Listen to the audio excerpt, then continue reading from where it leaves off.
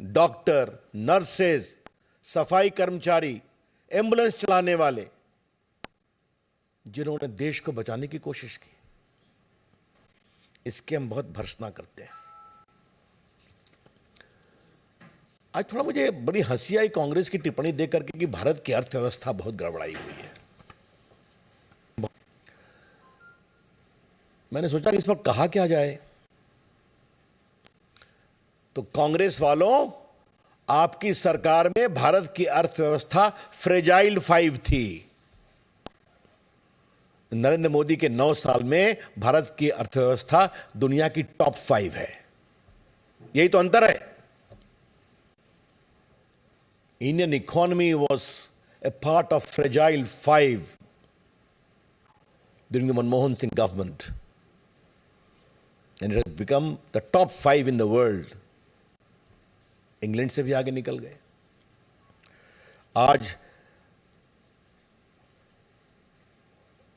मैं एक ही आपको जानकारी देना चाहता हूं कि 14 में भारत की अर्थव्यवस्था $1 ट्रिलियन थी, अब $3.5 ट्रिलियन क्रॉस कर गई है। आज देश में 50 लाख करोड़ से ज्यादा विदेशी मुद्रा भंडार है।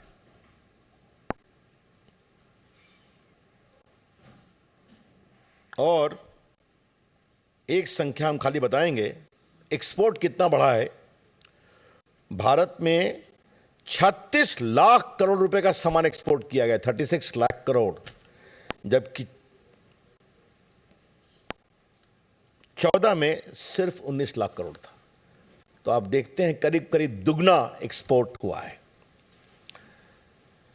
महंगाई पर बात बहुत की जाती है, तो थोड़ा हम बता दें, ये बहुत जरूरी है देश के सामने रखना आपके माध्यम से। भारत का एनुअल इन्फ्लेशन अप्रैल 23 में 4.7% है, 4.7%। और होलसेल प्राइस इन्फ्लेशन नीचे आकर -0.92% हो गया है, 0.92%। मैं बताना नहीं चाहता हूं कि बाकी देशों का क्या हाल है, खाली आपके सामने हम कुछ बड़े देशों की बात जरूर रख देना चाहते हैं। इंग्लैंड में कितना है, अमेरिका में कितना है, आप देख लीजिए तो आपको समझ में आ जाएगा कि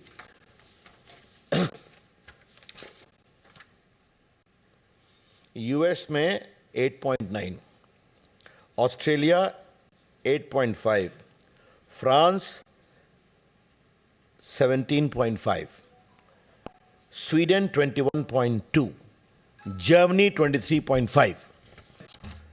हम कोई ऐसी बात नहीं करना चाहते हैं कि भारत लगभग 4.7% है, यूक्रेन की समस्या है, ग्लोबल सप्लाई चेन डिसलोकेटेड है, तो दुनिया भी उससे परेशान है। लेकिन हमने अपनी इकोनॉमी कैसे मैनेज की, दुनिया की टॉप 5 इकोनॉमी, और मैंने इसकी बात की। एग्रीकल्चर में तो बहुत चर्चा हुई है, नहीं एक इतनी झूठ बात कही है कि एमएसपी पे क्या कर रहे हैं। तो आज हम रिकॉर्ड स्पष्ट करना चाहते हैं कि धान का एमएसपी 14-15 में 1360 रुपये पर क्विंटल था, आज वो 2040 रुपये पर क्विंटल है, 100% राइज हुआ है।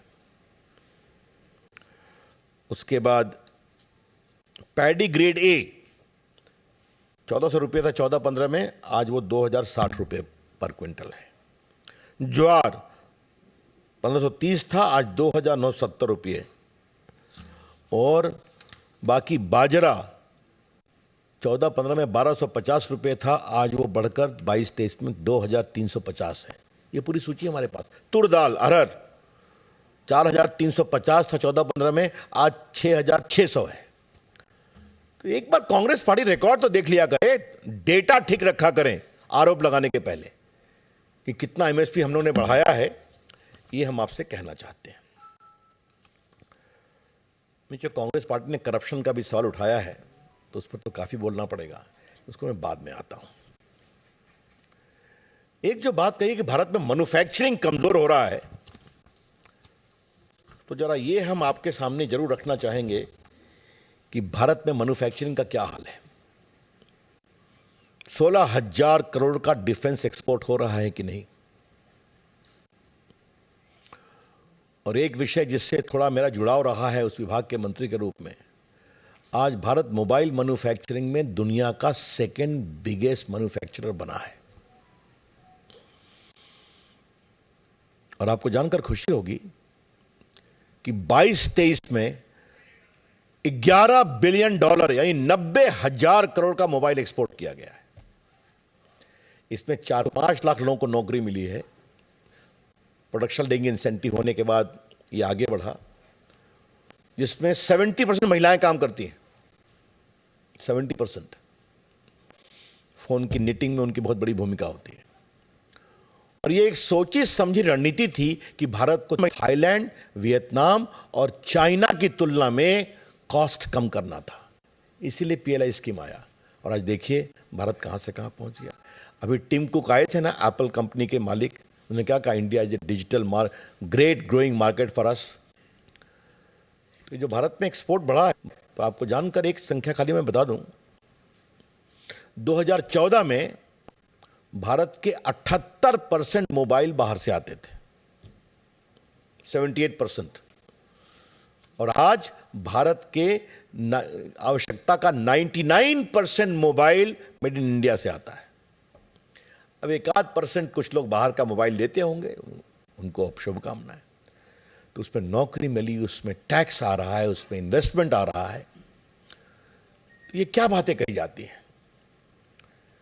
एक जो भारत की एक और बहुत विशेषता है, जीएसटी पर भी सवाल कहा गया है, क्या कहते हैं वो, गब्बर सिंह टैक्स। हाँ, ये राहुल गांधी का तकिया कलाम है। अप्रैल 23 में भारत में 1,87,000 करोड़ का रेवेन्यू आया है जीएसटी से, हाईएस्ट एवर 1,87,000 करोड़। और सिर्फ 20 अप्रैल को 68,288 करोड़ रुपए आए हैं एक दिन में, हाईएस्ट एवर। और कांग्रेस के मित्रों, जीएसटी जब आती है तो राज्य को भी तो फायदा होता है। वो सारी सूची हमारे पास है। तो आज देश की इकोनॉमी क्लियर हो रही है, क्लीन हो रही है। और ये देखिए, 2 आंकड़े देकर के मैं इस चैप्टर को खत्म करूंगा। डायरेक्ट बेनिफिट ट्रांसफर में 22-23 में 6,68,435 करोड़ रुपए, 6,68,435 करोड़ रुपए सीधा बैंक अकाउंट में भेजे गए गरीबों के। लगभग 45 करोड़ बैंक अकाउंट खुला है 312 स्कीम में। और कितना सेव किया गया, 2,73,093 करोड़ रुपया सेव किया गया, जो बीच के लोग मार लिया करते थे। और दूसरा, फिनटेक मूवमेंट में आपको जानकर मुझे खुशी होगी ये बताते हुए कि भारत का जो फिनटेक मार्केट है वो दुनिया का सबसे बड़ा है, वन ऑफ द बिगेस्ट है। $50 बिलियन 21 में था और 25 तक बढ़ के $150 बिलियन हो जाएगा। और डिजिटल पेमेंट भारत में $10 बिलियन का है। तो क्या डिजिटल इंडिया, क्या डिजिटल पेमेंट, क्या जीएसटी, क्या मोबाइल मैन्युफैक्चरिंग, क्या किसानों की। अब जहां तक नौकरी का सवाल है, मुझे एक बात कहनी है। आपको मालूम है 4.5 करोड़ रुपया तो एम्प्लॉय प्रोविडेंट फंड से आता है, उसका एक रिकॉर्ड है जो फॉर्मल लोग हैं। नरेंद्र मोदी की सरकार में 98,000 किलोमीटर नेशनल हाईवे बना है। तो नेशनल हाईवे बनता है तो लोगों को अवसर रोजगार का मिलता है कि नहीं। भारत स्टार्टअप इंडिया में दुनिया में कहां से कहां 1 लाख स्टार्टअप हैं, उसमें 100 से अधिक यूनिकॉर्न है। यूनिकॉर्न का मतलब क्या होता है, $1 बिलियन उनका रेवेन्यू, 7,000 करोड़। उसमें कितनों को नौकरी मिल रही है। मैंने मोबाइल की बात आपको बताई, इलेक्ट्रॉनिक की बात मैंने बताई आपको। आज भारत में इतना मेट्रो आ रहा है। भारत का रेलवे में एक ही आपको मैं आंकड़ा दे देना चाहता हूं। नौकरी के बारे में तो बहुत ज़रूरी है बताना कि रेलवे का विद्युतीकरण 13-14 में सिर्फ 33% था, आज वो 90% 22-23 में हो गया है। तो लोगों को नौकरी मिल रही है कि नहीं, जब बिजली बढ़ाने का काम अधिक तेजी से हो रहा है। डिजिटल दबदबा मैंने आपको बता ही दिया कि डिजिटल दुनिया में भारत का दबदबा क्या है। Cheapest internet in the world ये भारत में है, जिसका आप लोग भी सदुपयोग करते हैं। फटाफट भारत की व्हाट्सएप इंडस्ट्री बहुत तेज बढ़ रही है। आप लोग भी सब कुछ आजकल तो आपकी पूरी रिपोर्टिंग मोबाइल पे ही आती है। आपका अभिनंदन है, खुशी होती है। पूर्व संचार मंत्री के रूप में थोड़ा इसका मेरी भूमिका रही है, तो मुझे एक व्यक्तिगत संतोष भी मिलता है। तो ये जो पूरी स्थिति है, सड़कें हैं, हाँ मैं तो बताना ही भूल गया, कितना एयरपोर्ट बना है आपको मालूम है ना। आज एयरपोर्ट की संख्या कहाँ से कहाँ पहुँच गई है, मैं वो भी आपको संख्या दे देता हूँ। एयरपोर्ट जो है, हाँ कितना 74 न्यू एयरपोर्ट बने हैं हमारे बिहार में। दरभंगा में 9 लाख लोग खाली दरभंगा से उड़े हैं, और दरभंगा से कोचिंग भी फ्लाइट जा रही है। तो जब विस्तार होता है तो रोजगार के अवसर मिलते हैं कि नहीं। तो क्या सड़क, क्या बिजली, क्या मेट्रो, क्या इलेक्ट्रिफिकेशन, क्या मैन्युफैक्चरिंग, आज भारत की टॉय इंडस्ट्री में कितने लोगों को काम मिल रहा है। तो ये सब कांग्रेस पार्टी नहीं देखे तो हम क्या कर सकते हैं। 2 अंतिम विषय करके फिर आपको मैं सवाल लूंगा। कांग्रेस पार्टी करप्शन पर सवाल पूछ रही है, कमाल है साहब। जहां फोन बैंकिंग ऑर्डर में था, इसको दो उसको नहीं दो, और जहां पर क्या 2G, क्या कॉमनवेल्थ, क्या आदर्श घोटाला, क्या बोफोर्स, क्या वो एस बैंड अंतरिक्ष घोटाला, क्या सबमरीन घोटाला, हेलीकॉप्टर घोटाला, मैं इसकी बात करूं क्या। 2 बातें मुझे कांग्रेस के बारे में आज कहनी है। हम लोग पंच तत्व की बात करते हैं ना। यह शरीर 5 तत्वों से बना है, जल, थल, नभ, वायु, अग्नि। और अपने संस्कारों में यह सोच है कि जब ये 5 तत्व आप अंतिम विदाई करेंगे तो उसी में समा जाना है। इसकी शास्त्रीय व्याख्या भी है, सृजनात्मक व्याख्या भी है।